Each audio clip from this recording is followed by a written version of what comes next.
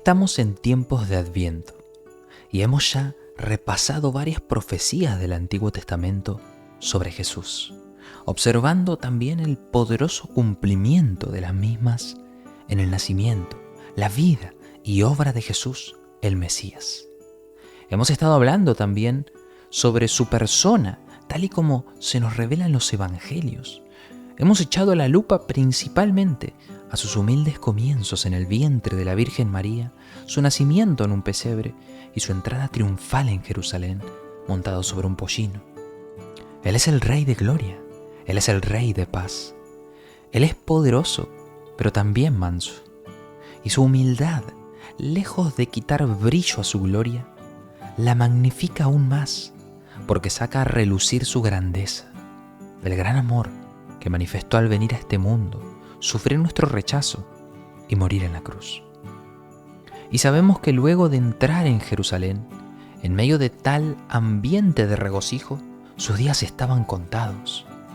Los líderes religiosos judíos hicieron todo lo posible para apresarlo, enjuiciarlo y presionar a Pilato para poder deshacerse de él, para poder matar a Jesús.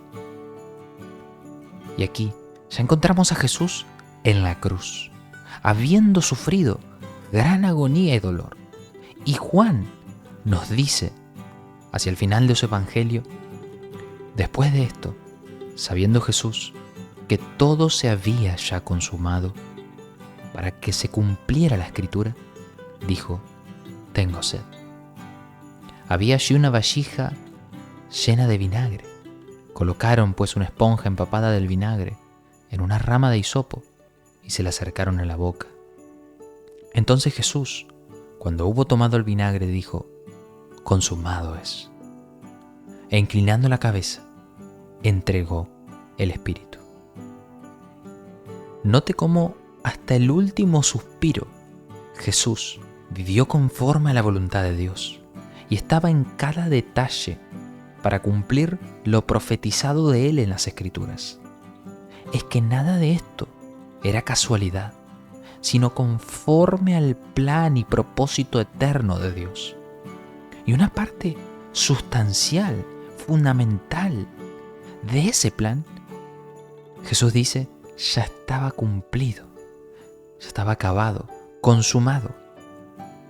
La muerte de Jesús en la cruz supone un punto de quiebre en la historia de la redención. Aún así, surge la pregunta: ¿qué es aquello que fue consumado? ¿Qué parte juega en el plan de Dios al cual Jesús procuró ajustarse hasta el último aliento? ¿Cuál es ese plan? ¿Por qué incluía el sufrimiento y muerte del Hijo de Dios? ¿Qué propósito era tan grande como para requerir semejante sacrificio? Para ponernos en perspectiva, vayamos rápidamente al principio.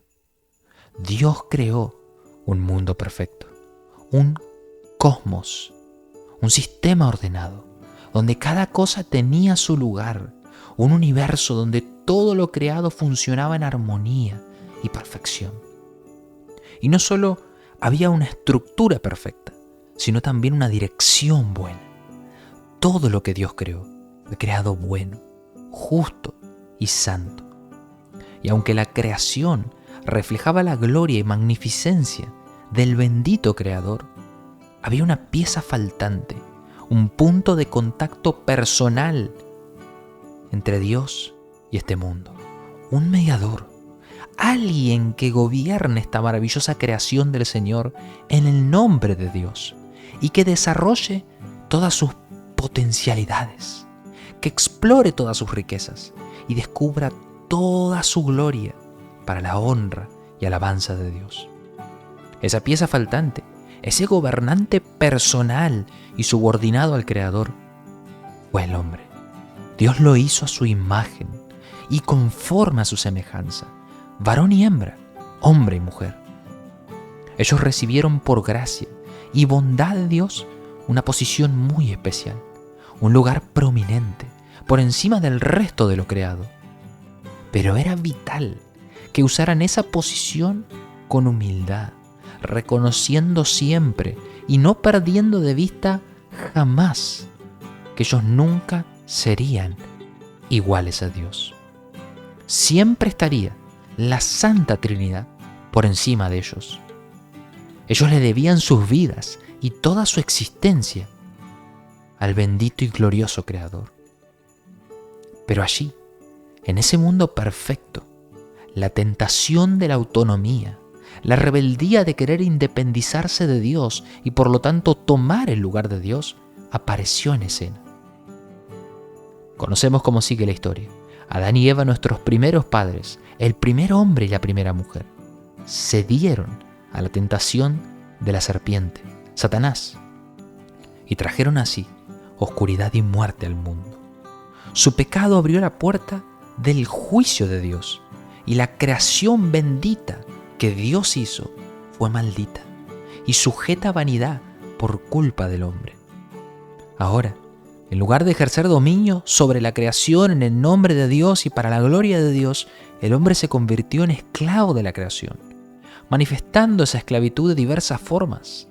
Algunos, esclavos de la misma creación, otros, de sus propias pasiones, no teniendo dominio propio sobre sí mismos, e incluso otros terminando como esclavos de otros hombres. Queriendo estar por encima de Dios, el hombre terminó sirviendo a los propósitos de Satanás y abriendo la caja de Pandora que contiene todos los males: la violencia, la mentira, la opresión. Rápidamente se expandieron por la tierra y cubrieron de oscuridad el mundo, transformándolo en una noche sin fin, donde no parecía haber amanecer ni esperanza de ver la luz del día. Pero Dios, con su gran amor con que nos amó, quiso revertir los efectos del pecado, restaurar su relación con el hombre y así sanar la tierra, llenándola con su presencia. Dios ama a su creación y no quiso que permaneciera en oscuridad para siempre. Así que hizo la promesa de que se levantaría un rey, un nuevo Adán, hijo de Eva, hijo de Dios, que traería un nuevo amanecer. Él aplastaría la cabeza de la serpiente y destruiría así el imperio del mal para siempre, trayendo paz y justicia al mundo. Sin embargo, para que Dios bendiga al mundo con paz, salvación y justicia a través del prometido rey, era necesario restaurar la relación rota del hombre con Dios, pero hacerlo sin violar la justicia y santidad perfectas de Dios, es decir, sin quebrantar la ley de Dios. Porque ¿cómo puede acaso Dios extender perdón y misericordia al hombre transgresor sin ser injusto? ¿Cómo puede Dios absolver al culpable, a Adán y su descendencia, si voluntariamente nos hemos abrazado al pecado y cometido toda clase de males? El juez de toda la tierra no ha de hacer lo que es justo. Él exige justicia, y la maldición que pronunció sobre Adán y la creación misma necesita ser cumplida, necesita ser satisfecha.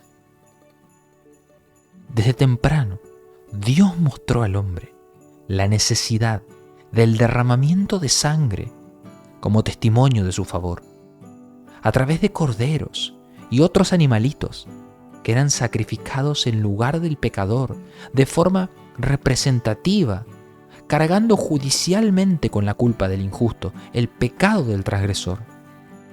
Así el templo y el sistema sacerdotal fueron instituidos en Israel para administrar estos rituales temporales, señalando a aquel sumo sacerdote que vendría un día a ponerle fin a estos sacrificios simbólicos, con su propio sacrificio, definitivo y permanente, una vez y para siempre. Por eso, era necesario que Jesús, siendo el Rey prometido, también padeciera y muriera en la cruz, no solo sufriendo el desprecio y rechazo de los hombres, sino muriendo bajo la maldición y el juicio de Dios, como sacrificio en lugar del pecador. Era necesario que el rey también vistiera la túnica sacerdotal y aún fuera despojado de esa túnica, desnudado y exhibido públicamente en la cruz, como el Cordero de Dios que quita el pecado del mundo. Y aquí, completando su agonía, con su último suspiro, Juan nos dice que Él dijo: consumado es. Ya está. Está completo. Se acabó. En el templo nunca terminaba. Era continuo. Se repetía una vez tras otra. Los sacerdotes, puesto que morían año tras año, teniendo que aún ofrecer sacrificios por sí mismos porque no eran perfectos, eran pecadores como nosotros. Jesús sí es perfectamente justo, sin pecado. Y habiendo resucitado ya no muere. En el templo, el sacerdote nunca se podía sentar. Nunca se detenía su trabajo porque constantemente debía administrar los sacrificios animales y diversos rituales. Pero aquí, Jesús, en este glorioso momento de la historia, dice: ya está, ha terminado. El pago ha sido hecho, no queda más nada. Y sabemos que luego Él sí se sentó, en lo más alto, a la diestra de Dios, porque su sacrificio es suficiente para satisfacer la justicia perfecta de Dios. Al celebrar estas fiestas navideñas, recordemos la esencia de la Navidad, la llegada del Mesías, la venida del Rey que sufrió en lugar de su pueblo, que peleó una batalla mortal por ellos para darles la victoria. Ahora, honremos el sacrificio de Jesús por nosotros, al no dejar que el dolor y la pena del pecado ahogue nuestra relación con Dios. Porque no es una relación que esté más rota, y ya no hay culpa por nuestras iniquidades. Jesús lo cargó todo, lo llevó sobre sus hombros y nos dio paz. Ya no hay más condenación para los que están en Jesús. Él trajo paz, verdadera paz y perdurable justicia. Festejémonos y alegrémonos en aquel que nos dio libertad y esperanza. Que la tierra reciba a su Rey. Feliz Navidad a todos.